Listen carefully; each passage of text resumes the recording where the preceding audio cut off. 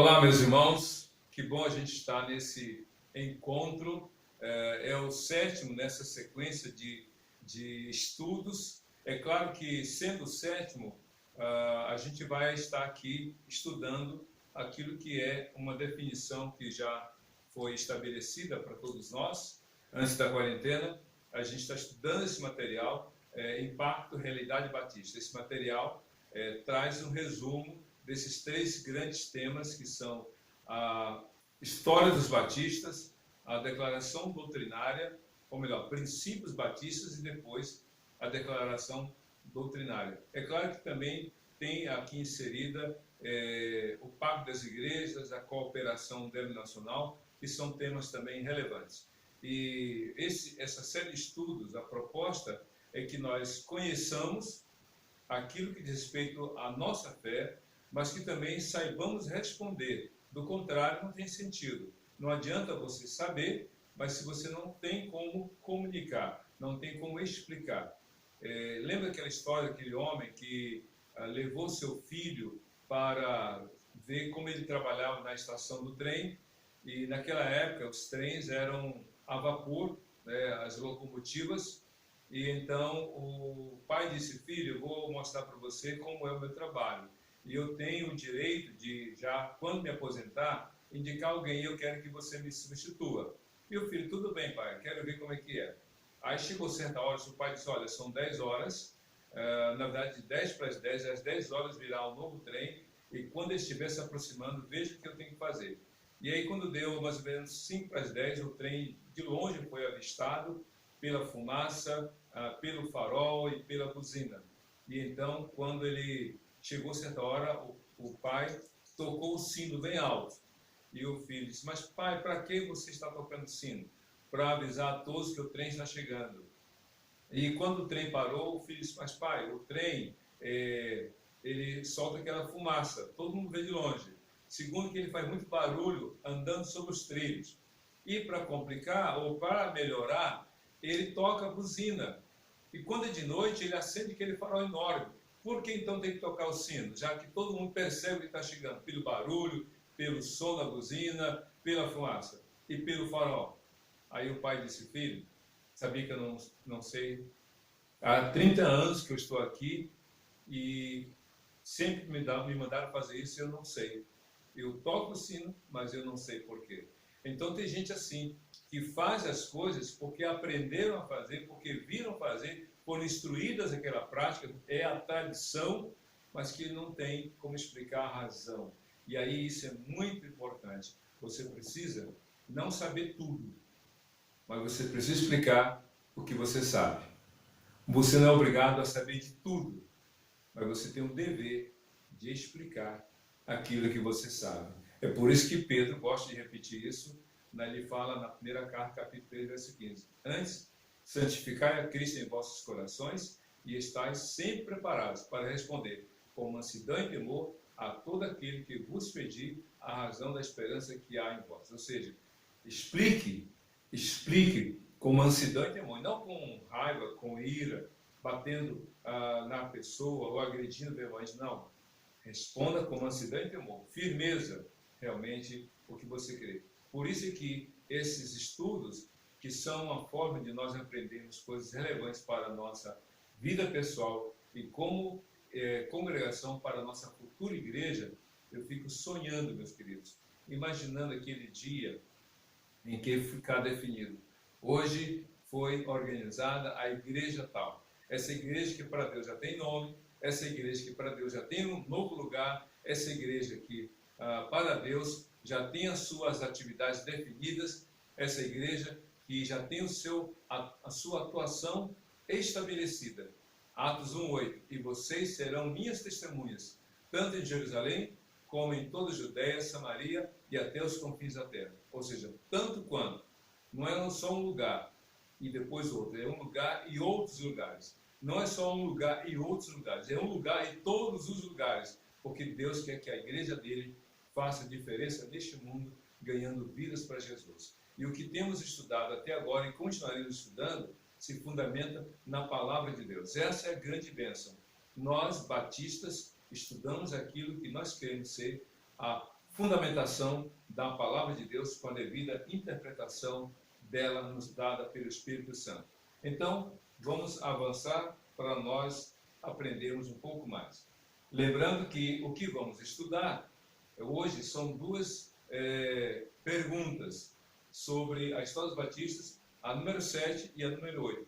É o nosso sétimo encontro, mas eu preferi colocar duas respostas para nós ganharmos tempo, já que a sétima pergunta é algo diminuto em termos de conteúdo em relação à oitava questão. Então, sétima questão: como observam os batistas a ceia do Senhor? Recentemente, ou melhor, hoje é quarta-feira, dia 3, hoje é dia 6, dia 3, nós celebramos mais uma ceia. Claro que de um modo especial, de um modo diferente, de um modo flexibilizado, ajustado pelas circunstâncias. Mas o que é a ceia? Como é que a gente observa a ceia do Senhor? Lembrando que aqui nós estamos não estudando necessariamente as doutrinas batistas, mas aquilo que diz respeito às nossas práticas de modo geral. Então, como é que nós observamos a ceia do Senhor? Primeira coisa, para os batistas, a ceia é um ato simbólico. Começa por aí. Ele é um ato simbólico. Por que simbólico? Porque representa. No dia que nós celebramos a ceia, eu até expliquei que os elementos da ceia, a gente vai falar daqui a pouco, eles não têm um valor pelo que eles são, mas pelo que eles representam. Então, para os batistas é um ato simbólico. Por que simbólico? Porque ele tem uma representação. Ou melhor, eles representam algo. Eles estão simbolizando algo. Para nós, a ceia é um ato memorial. Por que memorial? Porque nós nos lembramos de algo que já aconteceu. A celebração da ceia é um ato que é feito no presente, mas que tem uma relação com o passado e comunica sobre o futuro. A gente vai ver isso de forma mais detalhada quando a gente estiver estudando as doutrinas batistas. Mas, para esse momento, fica muito claro, é um ato simbólico. Você vai se lembrar do que Jesus fez. Jesus mesmo falou, lembre-se de mim, façam isso em memória de mim. A gente tem que lembrar de quê? Do que Jesus, durante 3 anos, fez muitas coisas. Mas do que devemos nos lembrar quando celebramos a ceia? Da morte dele. Nós celebramos a morte dele. Mas a diferença em relação aos que já morreram é que quando nós nos lembramos de Cristo, da morte dele, a história dele não terminou com a morte. Glórias a Deus. A razão de que não terminou com a morte é você, sou eu, somos nós aqui. Estamos aqui porque ele morreu, mas ao terceiro dia ressuscitou. Então é um ato simbólico na memória da morte do Senhor Jesus Cristo. Ou seja, em memória, nós nos lembramos do que ele fez. É triste o que ele fez, foi injusto, mas foi uma prova incontestável de amor. Então a ceia é um ato simbólico que nos reporta, que nos faz lembrar da morte de Jesus Cristo.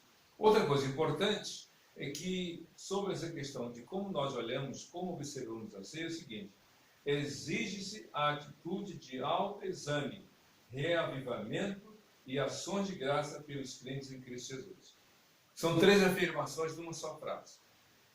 Quando nós celebramos a ceia, a pessoa é convidada, à luz da palavra de Deus, a se autoexaminar. Quando eu vou ao médico, quando você vai ao médico, vamos supor exame de sangue que constantemente a gente é obrigado a fazer. Dependendo do tipo de exame, é uma gota ou então uma quantidade maior de sangue. A verdade é que, quando o nosso sangue, ou em gota ou em grande quantidade, é levar para o laboratório, eles vão examinar com base num parâmetro. E qual é o parâmetro? Quantos leucócitos, hemoglobina, glicose, sei que mais. Então, há um padrão, há uma referência. E com base nesse padrão, eles têm um padrão, uma tabela, imaginamos assim, entre o mínimo e o máximo. E aí eles olham o seu sangue e examinam como está, de acordo com o padrão. E com base no padrão, na referência, eles vão dizer se você está saudável ou não. Se naquela área examinada, seu sangue está bom ou não. Então, para examinar, tem que ter um padrão. É por isso que o homem sem Cristo, não pode examinar-se a si mesmo. Por quê? Porque se ele não crê em Cristo e não crê na palavra, qual é o padrão que ele vai ter? Ou do mundo ou do dele. Para o do mundo, ó, tá tudo certo, todo mundo faz, o que, é que tem que você fazer? Ou se é o seu próprio padrão. Ué, eu sou livre, eu posso fazer acontecer, eu estou pagando, o corpo é meu. Percebeu a diferença? Então, a Bíblia é o padrão, a referência. Então, esse autoexame para você celebrar a ceia tem que ser a palavra de Deus. E a Bíblia que vai aferir, que vai checar, que vai dizer se você está apto ou não a celebrar a ceia do Senhor. Então, a Bíblia, portanto, é a referência para esse autoexame. E diz mais, é também uma oportunidade para você reavivar. Reavivar o quê? Reafirmar a sua fé, reafirmar a sua comunhão com Deus, reafirmar seu compromisso com Deus. Gente, a ceia não salva. Tem gente que passa, ó, eu não participei da ceia, eu vou perder a salvação. Você não vai perder a salvação porque não pôde participar da ceia. Mas ela é importante, ela é significativa. Já pensou um filho que toda vez na hora da refeição ele pula fora, ele não aparece, ele não vem? Não é uma coisa estranha? O filho não está à mesa, não está na casa na hora da refeição, está sempre fora, mas que comunhão é essa, se você está sempre ausente? Então, é o momento de reafirmar a comunhão, a fé, a disposição, e diz aqui, ações de graça pelos crentes em Cristo, ou seja, os crentes em Cristo, quando celebram a ceia, eles cultuam a Deus, eles adoram a Deus, eles se confraternizam. Olha, que bom que você está aqui, sentimos a sua falta no mês passado, mas nos alegramos pela sua presença, pela sua participação. É isso que é a celebração da ceia, mais do que um ritual, mais do que um rito, é algo vívido, presente e que se renova no dia a dia da vida cristã. Mas outra coisa importante que a gente aprende é o seguinte: os cristãos não creem que o pão e o vinho aqui entende-se suco de uva, que o pão e o vinho se transformam literalmente em corpo e sangue de Jesus, respectivamente. Ou seja, já lembra que falei lá atrás que a ceia é um ato simbólico? Se é simbólico, então ele representa. Então, quais são os elementos da ceia? O pão e o cálice. A gente usa cálice no lugar do vinho, porque na verdade é suco de uva. No texto bíblico usa a palavra vinho. Só que aquele vinho ali é o mosto. Mosto, para você que talvez não tenha esse conhecimento mais profundo, mosto é um outro nome que se dá para o suco de uva integral.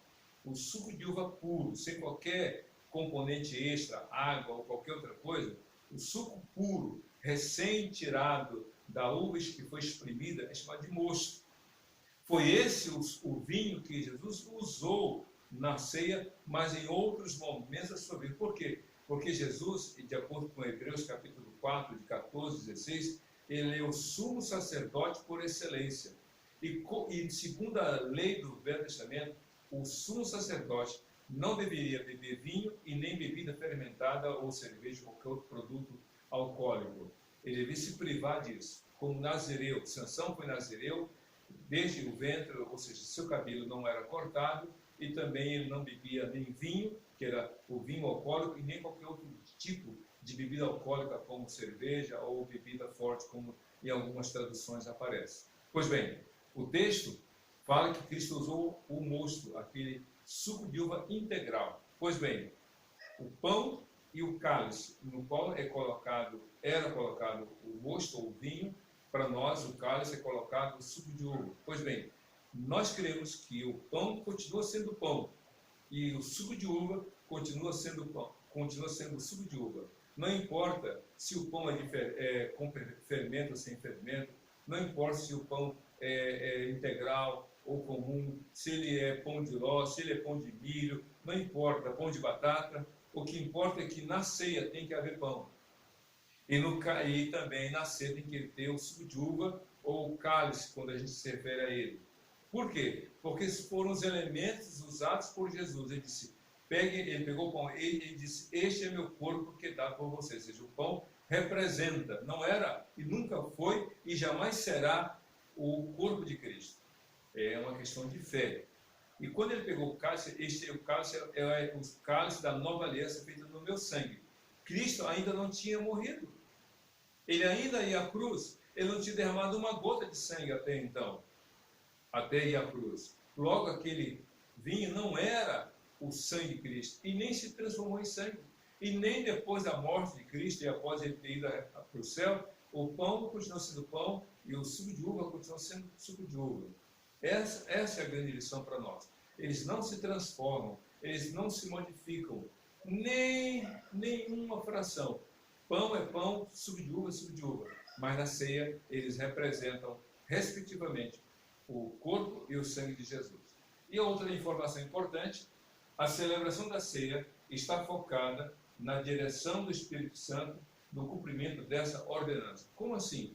A igreja se reúne, e a gente tem se reunido virtualmente em função da quarentena, mas a igreja se reúne. Para quê? Para celebrar a ceia do Senhor. E é o Espírito Santo que conduz a igreja. Gente, a ceia é uma tarefa da igreja.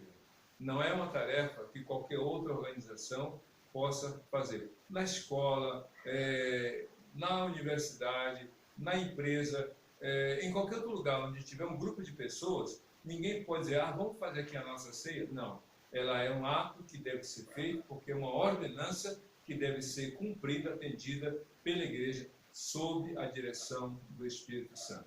Então essas são as informações básicas sobre a vida cristã e a convicção batista com respeito à celebração da ceia. E agora vamos ver brevemente como os batistas trabalham em conjunto, ou seja, essa cooperação denominacional e também eclesiástica. Eu vou explicar isso. Ou seja, como é que nós trabalhamos juntos? Porque existem igrejas batistas em Duque de Caxias, no estado do Rio, no Brasil e no mundo. Como é que a gente trabalha? Vamos ver a primeira coisa.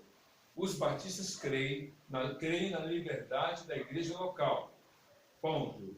Aqui para explicar. Nós cremos na liberdade da igreja local. Quando a gente falou sobre igreja, a gente descobriu que tem a igreja universal, que ela é composta de todos os salvos, desde o primeiro Adão, ou os primeiros Adão e Eva, até o último antes da segunda vinda de Jesus.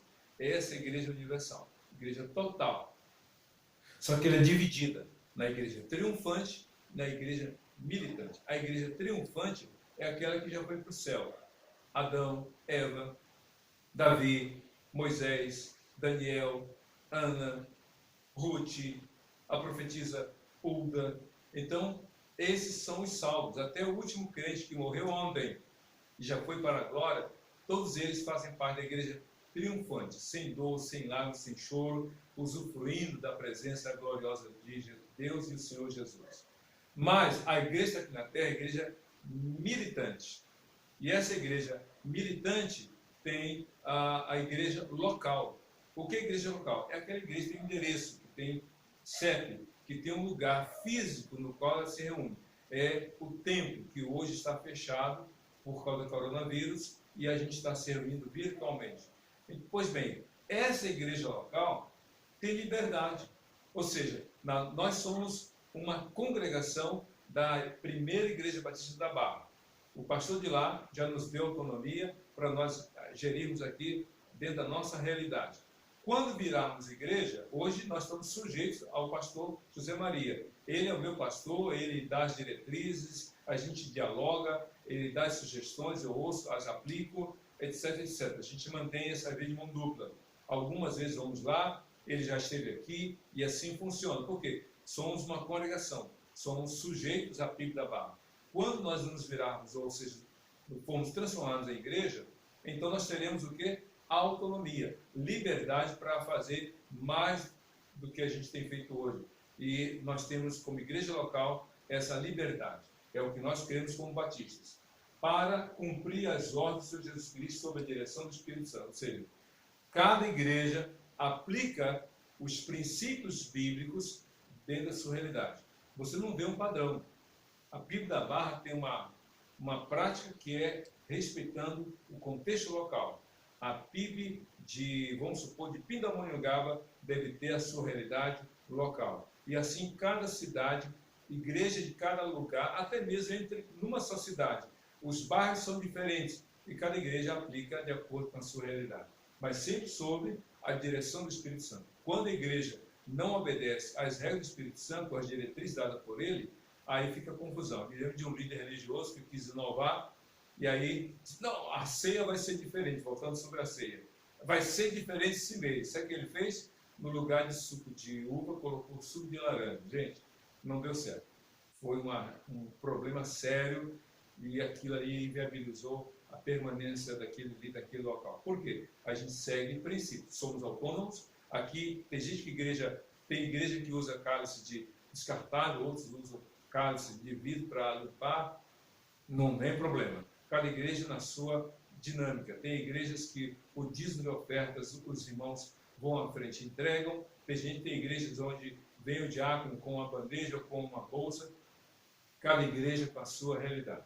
Outra coisa, a igreja conta com a ação de seus membros e pode cooperar com outras igrejas para cumprir o ID de Jesus Cristo. Ou seja, cada igreja local precisa contar com a cooperação dos irmãos. Cooperação voluntária. Ninguém deve fazer por obrigação. Se você vai para o culto, ou ia para o culto obrigado, ou pensa que quando voltar aos cultos presenciais será obrigado, então é melhor você repensar. Porque na obra de Deus tem que ser de coração, tem que ser com cooperação. Então, cada membro da igreja coopera para a obra da igreja local, e a igreja local coopera com as igrejas locais e de outros lugares, dependendo realmente do propósito para cumprir o ID de Jesus. Mas outra coisa importante, os batistas se reúnem em associações, convenções, uniões nacionais, culminando com a Aliança Batista Mundial. Aqui está falando da nossa forma de ação. Nós somos, por exemplo, aqui nós somos da cidade de Caxias. Aqui tem a Associação Batista Caxiense. Como nós somos do Rio de Janeiro, ou seja, somos uma congregação do Rio de Janeiro, então a nossa, digamos, cooperação denominacional está mais para o Rio do que para Caxias. Mas nada nos impede de também contribuirmos e cooperarmos aqui com a Associação Batista Caxiense. Quando formos uma igreja, nós seremos integradas à Associação Batista Caxiense, ou seja, as igrejas batistas da cidade de Caxias. Essa associação soma-se às outras associações e formam a Convenção Batista Fluminense, ou seja, a Convenção Batista do Estado do Rio de Janeiro. E a Convenção Batista Fluminense do Estado do Rio de Janeiro se une às outras convenções estaduais, formando a Convenção Batista Nacional, que é a brasileira também, Convenção Batista Brasileira. E essa Convenção Batista Brasileira se une às outras convenções de outros países dentro da Aliança Batista Mundial. Você vai ver que tem sempre estágios de cooperação. Mas uma coisa é certa, a igreja local continua, corrijam aqui, continua soberana. Ela não sofre ingerência de outras igrejas e organizações. A gente coopera voluntariamente. Mas ninguém vem dizer para nós, né, o que deve ser feito aqui. O pastor da PIB da Barra, ele tem todo o direito de dizer, pastor Clark, é assim, assim, irmãos, é assim, assim, como ele falou conosco na reunião que tivemos ano passado. É o direito dele, porque ele é o pastor da igreja. A igreja lá pode dizer, olha, gente, faça isso e isso. Por quê? Nós somos sujeitos à igreja lá. Quando nos tornamos igreja, a gente vai cooperar quanto a PIB da Barra, por gratidão, como as outras igrejas da nossa associação caxiense. Mas não há ingerência de uma igreja para outra, nem de uma organização associacional, estadual ou nacional, nem mundial. Cada igreja é autônoma. Muito bem. Outra coisa importante para nós colocar é o seguinte: os batistas, embora tenham pontos em comum com denominação, na igreja local tem suas particularidades. Ou seja, quando a gente falou no primeiro estudo sobre o que nos identifica nos identificam como igrejas evangélicas, a gente viu os pontos em comum, 4 principalmente, o que nos identificam como igrejas evangélicas. Mas o que nos identifica como igrejas batistas são as nossas definições doutrinárias, são os pontos convergentes. Você da PIB da Barra, você da PIB de Pindamonhangaba, ou da PIB do Brasil, ou da PIB de Belo Horizonte, ou da PIB de Vitória, o que nos identificam daqui do Rio como Igreja Batista? A nossa doutrina. Mas cada igreja local tem a liberdade de aplicar a dentro de sua pastoralidade. Tem igrejas que têm grupo de coreografia, tem outras igrejas que não querem. Tem igrejas onde tem diáconos, em outras igrejas não há diáconos. Tem igrejas que tem coros, em outras igrejas tem que de louvor. Então, cada igreja tem a sua particularidade. E cada igreja deve respeitar essa particularidade da outra igreja. O que nos une é o que deve ser valorizado, o que nos diferencia deve ser respeitado.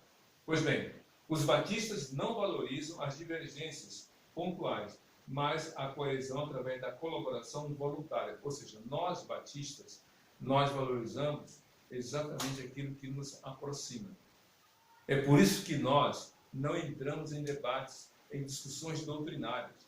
Nós não entramos nesse assunto. Por quê? Porque nós não queremos viver dessa maneira, criando situações divergentes. Mas outra coisa importante, para a gente finalizar, deixa eu voltar aqui, exatamente esse ponto que eu quero aqui destacar. Nós valorizamos aquilo que nos une como igrejas batistas. Nós separamos os pontos divergentes, ou melhor, os pontos convergentes, aquilo que nos aproxima como igreja, aquilo que nos une como igrejas batistas, assim como também temos que valorizar aquilo que nos une como igrejas evangélicas. Maranata, Batista, Nova Vida, Assembleia de Deus, etc, etc.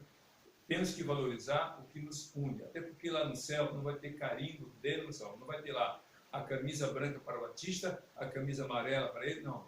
Todo mundo com vestes que o Senhor vai nos dar para viver na presença dele. Agora, aqui na terra, digo, nós temos diferença, mas temos que valorizar o que nos une e respeitar a particularidade de cada igreja. Então, hoje, meus queridos, nós encerramos esse dia de hoje, esse estudo, lembrando que falamos sobre a ceia e sobre as questões denominacionais, a cooperação denominacional. Espero que você tenha aprendido algo mais. Eu quero, antes de encerrar, quero orar por você, por mim, por todos nós. Feche seus olhos, curva sua cabeça, vamos orar ao Senhor. Senhor Deus, nosso Pai, muito obrigado por esse dia, pela oportunidade de aprendermos mais e mais sobre o Teu reino, sobre as coisas relacionadas à Tua obra. Oramos para que Teu Espírito Santo nos dê entendimento e compreensão da Tua palavra, para fazer o Teu querer, para fazer a Tua vontade. Dê entendimento a cada um dos Teus servos, e que cada um estude na Tua palavra aquilo que vem do Senhor, pelo Senhor e para a glória do Senhor. Em nome de Jesus, amém e amém. Que Deus te abençoe hoje e sempre. Amém.